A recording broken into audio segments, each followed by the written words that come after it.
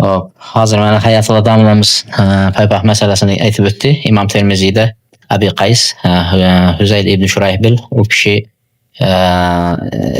keltiradi Mughira ibn Shu'badan. 3 kishi kelyapti. Abi Qays, Huzayl ibn Shuraybil, Huzayl ibn Shuraybil. Keyin nimadan kelyapti? Mughira ibn Shu'badan hadis keladi. Payg'ambarimiz paypoqqa masfaqti degan bir hadis keladi.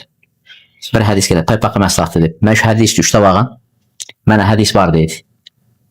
Jami ulamolarning ittifoqi bilan bu hadis deydi zaif degan ekan. Termiziyda kelgan bo'lsa ham zaif degan ekan.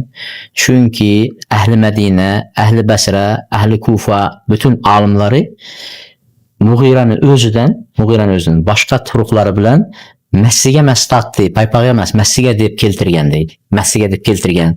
Shuning uchun deydi, agar Termiziyda kelgan bo'lsa ham bu hadis zaif hadis Mughiradan. Hatto Imom Navaviy aytgan, shuncha imom ulamolar ahli aimma deydi, aimmatul hadis deydi. Hadis aimmalari, imomlari hammasi paypoqqa masfaqti degan hadisni zaifga chiqargan degan. Paypoqqa masfaqti degan, massiga masfaqti deb kelgan degan. Agar u aimmalarning hammasi yig'ilib emas, bittasi Termiziyga qarshi qo'yadigan bo'lsa, Termiziydan muqaddam turadi degan ekan. Undan ustun Imom Ahmad, Yahya ibn Ma'in, Ishaq ibn Rahaway, Imom Savri, Abdullah ibn Mubarak, ana shularning Imom Muslim bütün hammasi bu hadisni zaif degan.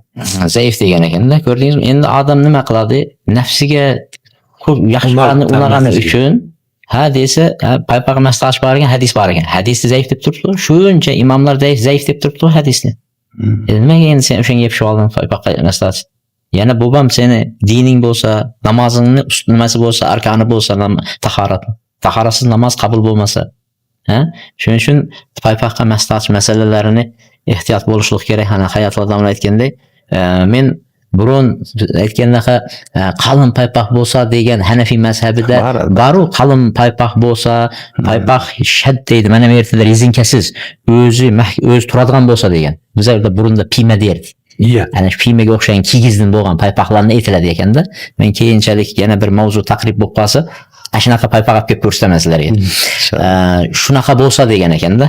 Endi qalin paypoq deb odamlarga hozir tushuntira olmaysiz. Qalin desangiz ham shu paypoq bo'ladi, yo'q. Shuning uchun eng anaqasi paypoq masalasini esdan chiqaringlar uni. Massigami? Massiga maslahatinglar.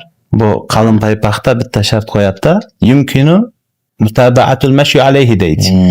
Shu paypoqni o'zida biroz joylarga farsaq deb aytadi ba'zilari, 5-6 kilometrga o'zi bilan yurishlik imkoniyati bo'lish kerak deb Imom Ahmad rahimahullohdan shart kelgan ekan. Imom Ahmad menchi, ashin tuflimen jay yursangiz teshilib qoladi. Ichida teshilib qoladi-ku. Ichida teshilib qoladi. Keyin urfda hech kim bu paypoq bilan ko'chada yurmaydi. Anov bilan Imom Ahmad la yujzi ulmas alal jawrab va shartlarning ichida la yujzi degan o'tmaydi degan. O'tmaydi. Illa u bilan yurib chiqib qaytib keladigan bo'lsa degan. Aqabaga borib keladigan bo'lsa deb aytganda, Imom Ahmad shunaqa keltirgan. Rahmet sizlerge. Allah razı olsun. Allah razı olsun. Başlasam Mamurjan'a tағы da kütemiz. Bu bir saat azlık kıladı şimdi. Hayatullo domla sizge Allah razı olsun. Rahmet sizlerge. Sizge hem rahmet shunday studiyalarda xalqqa xizmat qilyapsiz. Elga yaxshi nasihatlar, yoshlarga nasihatlar qilyapsiz. Shularga xizmat qilyapsiz. Alloh ajringizni bersin. Dunyo oxiratingizni chiroyli qilsin. Va Allohning rohatini ko'rish nasib qilsin. Amin.